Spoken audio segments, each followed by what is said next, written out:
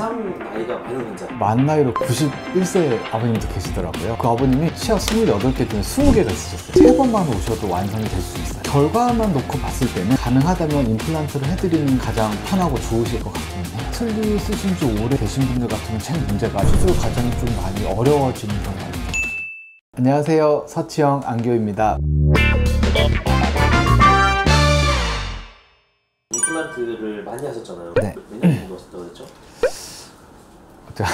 잠깐만 20년 다 돼가네요. 기억나는 환자 중에서 가장 나이가 많은 환자, 만 나이로 91세 아버님도 계시더라고요. 그 아버님이 진짜 치아 28개 중에 20개가 있으셨어요. 치아가. 나머지 치아도요 다 임플란트 한 두세 개 있으시고 브릿지가 있으시고 하셔서 제가 마지막 치아 2개만 딱 더 넣어드린 거였거든요. 저는 나름대로 되게 보람 있었고 아버님도 좋아하셨고. 틀니하면 뭐가 좋고 뭐가 좀... 우선 이제 틀니를 쓰시면 제일 아쉬운 부분은 이제 말씀하시거나 식사하실 때 움직이거나 빠지거나 이런 부분들을 사실 걱정하시면서 이제 식사를 하시고 말씀을 하시거든요. 이게 내가 말하다가 빠지면 어떡하지? 두 번째는 틀니를 쓰시는 분들은 식사를 하시면은 씹는 저작의 힘이 잇몸으로 전달이 돼요. 그럼 잇몸 밑에 이제 뼈가 있으니까 잇몸이 틀니와 뼈에 눌려서 아프신 거죠. 그런 두 가지가 제일 좀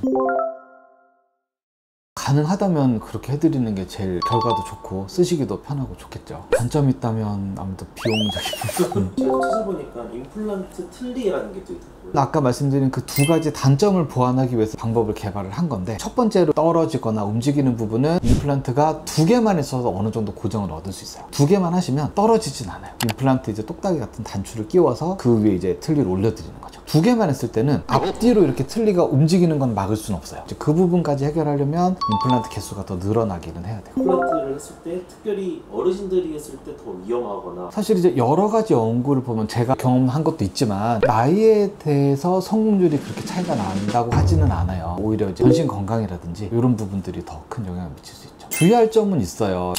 피줄골도 좀 얇아질 수 있고, 바깥에 뼈 껍데기 부분도 좀 얇아질 수 있고, 안쪽에 있는 해면골도 예전보다는 밀도가 낮아질 수 있고요. 그래서 주의는 해야지만 그것 때문에 실패율이 크게 차이 날 정도는 아니에요. 오히려 흡연이라든지 당뇨라든지 골다공증 이런 부분들이 더 위험할 수 있는데, 사실 요즘은 조절되고 있으신 당뇨는 또 크게 영향 없거든요. 그러면 치아가 아예 없는 상태에서 최소 몇 개를 임플란트를 심어야 될까요? 아까 말씀드린 임플란트 틀니를 이용할 수도 있고 하기 때문에 최소 2개부터 많으면 12개까지도 한쪽에 할 수 있을 것 같아요. 최대가 12개? 네, 그 정도면 충분할 것 같아요. 충분하다고 하면 좀 그래요. 오랫동안 틀니를 하고 계신 분들이 임플란트 하는 게 괜찮을까요? 틀니 쓰신 지 오래 되신 분들 같은 경우는 제일 문제가 잇몸 뼈가 틀니에 눌려서 많이 위축이 되어 있는 경우가 많아요. 그럴 때 수술 과정이 좀 많이 어려워지는 경우가 있죠. 가능은 하지만 그동안 나빠진 환경이 있기 때문에 그거를 맞춰서 제가 어느 정도 원래 모양과 기능을 회복해 드리려면 시간도 많이 필요할 수 있고, 또 수술 과정도 많이 복잡해질 수 있고. 병원은 몇 번을 가야 되는지, 수술은 여러 번 해야 되는지. 오시는 횟수는 정말 최소로면은 3번만 오셔도 완성이 될 수 있어요. 수술해드리고 모양을 스캔을 하고 고철을 넣어드리고 3번만 오시면 되는데, 여러 개 치아가 없으신 분들 같은 경우에 위아래로 나눠서 하거나 왼쪽 오른쪽을 나눠서 진행을 하는데, 지방에서 막 비행기 타고 오시거나 몇 시간씩 걸려서 오셨는데 여러 번 오실 수 없는 경우에는 같이 상의를 해서 한꺼번에 또 여러 개를 진행하는 경우도 있어요. 근데 이제 또 본인 건강에 무리하지 않는 선에서 저희가 또 결정을 해야 되니까. 비용이 좀 부담되니까 몇 개만 한...